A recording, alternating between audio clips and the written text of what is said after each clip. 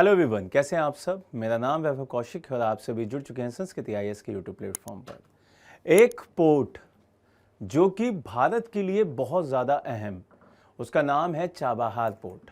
आपने सुना होगा इसके बारे में, बहुत बार पढ़ा भी होगा, क्योंकि भारत ने यहाँ पे बहुत बड़ा इन्वेस्टमेंट किया है मिडिल ईस्ट से जुड़ने के लिए। अब यहाँ पे विदेश मंत्रालय के द्वारा ये कहा जा रहा है कि ये पूरा का पूरा पोर्ट भारत को छोड़ना पड़ रहा है। क्यों छोड़ना पड़ रहा है, वो सारी चीज़ें आपको भी पता हैं, क्योंकि ईरान के अंदर ये पोर्ट आता है। ईरान और अमेरिका की आज की डेट में आपसी तनातनी के चक्कर में सबसे ज़्यादा नुकसान किसका हो रहा है? भारत का हो रहा है। भारत का आज की डेट में एक अच्छा खासा मित्र है ईरान, दूसरी तरफ खड़ा हुआ है अमेरिका, जिसका भारत खुलकर ना तो विरोध कर सकता है ना उसका सामना कर सकता है। अब आप मुझे कमेंट बॉक्स में बताइए कि आप अगर भारतीय सरकार में होते तो आप क्या स्टेप लेते, क्योंकि भारतीय सरकार के विदेश मंत्रालय ने यह डिसीजन ले लिया है और ऑफिशियली बोल भी दिया है कि वो लोग चाबहार पोर्ट को छोड़ने वाले हैं, वहां से वापस आने वाले हैं। इसका मतलब जो इतना बड़ा इन्वेस्टमेंट किया गया था, क्या वो खराब होने वाला है? क्या वो सारा का सारा उसी समंदर में डूबने वाला है? इसके ऊपर बात करेंगे। अगर हम प्रमुख बिंदुओं की बात करते हैं तो ईरान के अंदर यहाँ पर आपको समझना होगा कि ईरान के अंदर उसके साथ व्यापार करने वाले देशों पर अमेरिका के द्वारा 25% का अतिरिक्त टैरिफ लगाने की घोषणा की गई है। और इसी के बाद विदेश मंत्रालय और हमारे देश की विदेश पॉलिसी फिर से चर्चाओं में आ गई है। विशेष रूप से ईरान के साथ जो हमारा चाबहार प्रोजेक्ट है, उसको लेकर सबसे ज़्यादा चर्चा यहाँ पे हो रही है।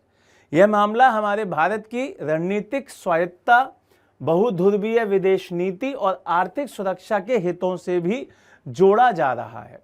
अगर मैं बात करूं कि चाबहार बंदरगाह की जो रणनीतिक महत्व है वो कितना इंपॉर्टेंट है, तो आप उस चीज को समझिए। अगर मैं बात करता हूं इंडिया की, तो इंडिया के कांडला से ये पूरा का पूरा इस एरिया को कनेक्ट किया जाता है। यही आपका चाबहार फोर्ट है। तो यहां पे पहली चीज तो जैसे ही आप ईरान के अंदर इस पोर्ट पे अपनी पकड़ को मजबूत करते हैं, इस पोर्ट के लिए चाइना ने बहुत ज्यादा मशक्कत की थी। इंडिया ने जैसे ही अपनी पकड़ मजबूत की तो यहां से पूरा का पूरा मिडिल ईस्ट एरिया हमारे कंट्रोल में था, हम वहां से ट्रेड कर सकते थे। अब यहां पे जैसे ही आप चाबहार बंदरगाह को छोड़ते हैं, वहां से आप हटते हैं, तो यहां इस एरिया में जितने भी देश पड़ते हैं वहां से आपकी कनेक्टिविटी टूट जाएगी। अगर आप बलूचिस्तान को भी देखें, इस वाले एरिया को भी देखें, तो हमें आपको सबको पता है इस एरिया में कहीं ना कहीं हमारा इंटरफेरेंस बहुत ज़्यादा है। पाकिस्तान के अंदर बलूचिस्तान में ही हमारा इसी पोर्ट की वजह से कनेक्टिविटी ज़्यादा है, इसीलिए बलूचिस्तान के लोग पाकिस्तान की सरकार के खिलाफ सीधे सीधे आवाज़ उठा पाते हैं। यहाँ पे सबसे ज़्यादा जो खुशी हो रही होगी वो पाकिस्तान को हो रही होगी, क्योंकि इसका जो सबसे प्रमुख महत्व था वो एक था व्यापार, दूसरा था आप पूरे मिडिल ईस्ट पर अपना कांटेक्ट बना सकते हैं, कनेक्ट कर सकते हैं अपने देश के साथ, और पाकिस्तान को वेस्ट साइड से घेर सकते हैं। ये जो बलूचिस्तान वाला एरिया है वहां से आप एंट्री कर सकते हैं पाकिस्तान में। ये यहां का सबसे इंपॉर्टेंट पॉइंट था। अफगानिस्तान को जोड़ सकते हैं। अफगानिस्तान में जैसे ही आप घुसेंगे तो आप पाकिस्तान के नॉर्थ वाले हिस्से में भी पहुंच जाएंगे। तो ये चीजें बहुत ज्यादा नुकसानदायक होंगी भारत के लिए। दूसरा, यहां पर पाकिस्तान को बाईपास मार्ग, जो एक पॉइंट आता है कि भाई भारत को अफगानिस्तान हुआ, मध्य एशिया हुआ, रूस तक पहुंचने के लिए ये बहुत इंपॉर्टेंट था।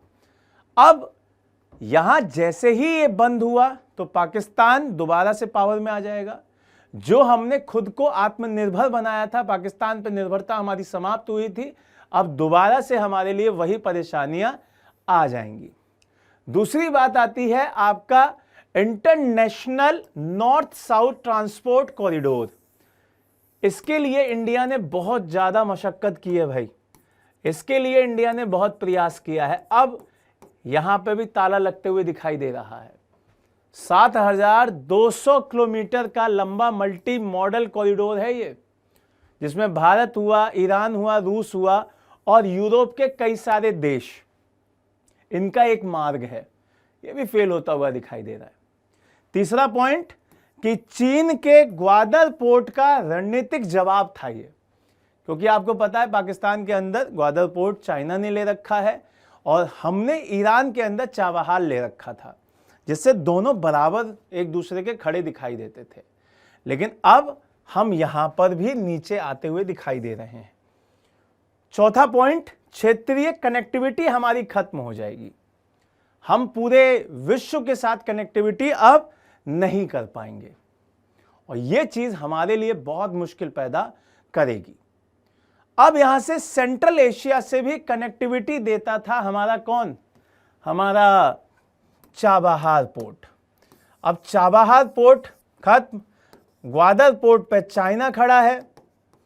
अब हमारा इंडिया पाकिस्तान के ऊपर डिपेंडेंट तो नहीं होगा, लेकिन हां पाकिस्तान और चाइना से पीछे काफी दिखाई देगा, क्योंकि ना तो हम सेंट्रल एशिया जा सकते हैं अब, क्योंकि ऊपर से ब्लॉक है, ना हम अब इस वाले एरिया से जा सकते हैं क्योंकि यहां पे अमेरिका अपना टैरिफ खेल रहा है, तो ना हम यूरोप जा सकते, ना रशिया जा सकते, ना सेंट्रल एशिया जा सकते। तो यहां पे भी हमारे देश का फेल्योर दिखाई दे रहा है।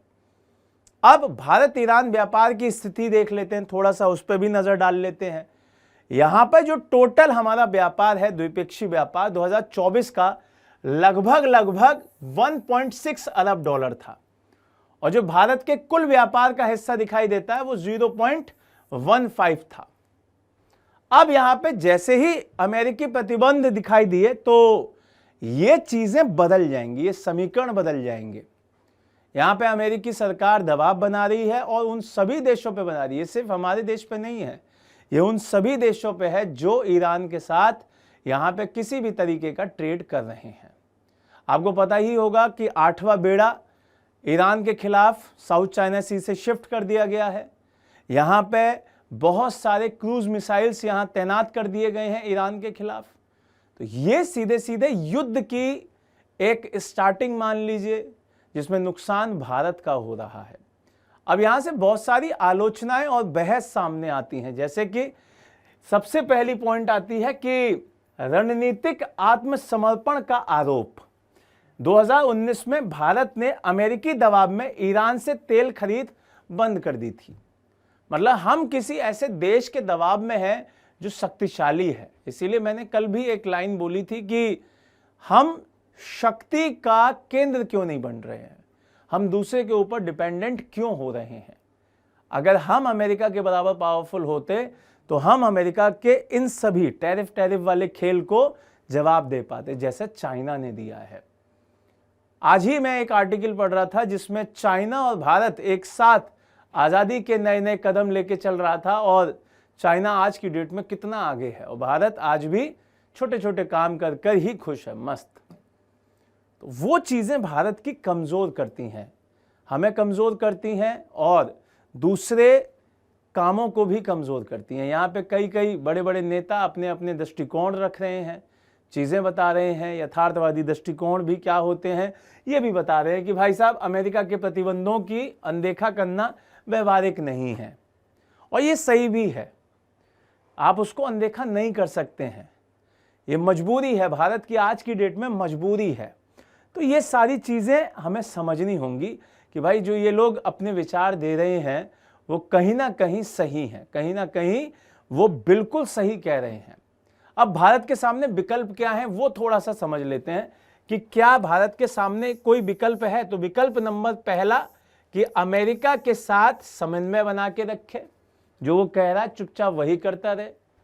विकल्प नंबर दूसरा है कि ईरान के साथ दृढ़ साझेदारी करे, और जैसे ही ये करता है तो इसका क्या होगा, इसका जोखिम होगा, एक तो प्रतिबंध हमें झेलने पड़ेंगे, दूसरा अमेरिका की दुश्मनी हमें झेलनी पड़ेगी। तो ये सारे पॉइंट भी हमें समझने होंगे। और तीसरा संतुलित बहुपक्षीय रणनीति यहां पे अपनाई जाए, जो कि सबसे व्यवहारिक दिखाई देती है कि अमेरिका से छूटकर निरंतर बातचीत की जाए और जो ईरान है उसके साथ सीमित लेकिन अपना जो व्यापार है, अपना जो ट्रेड है वो करते रहना चाहिए। तो यहां से ये सारी पॉइंट्स, ये सारी चीजें हमारे लिए बहुत इंपॉर्टेंट हो जाता है। अब ये बात आती है कि कूटनीतिक जो संदर्भ है वो क्या दिखाई देता है। तो यहां पर 2003 से चाबहार परियोजना से भारत जुड़ा हुआ है। 2016 में पीएम मोदी ने ईरान की यात्रा भी की थी और उसी के बाद ये और ज्यादा एक्टिव हो गया था। 2019 में अफगानिस्तान से पहला कार्गो भारत यहीं से आया था। 2024 में 10 वर्षीय संचालन समझौता भी ये आगे कर चुके हैं। तो ये भारत की एक लंबे समय की दीर्घकालीन क्षेत्रीय रणनीति का हिस्सा है।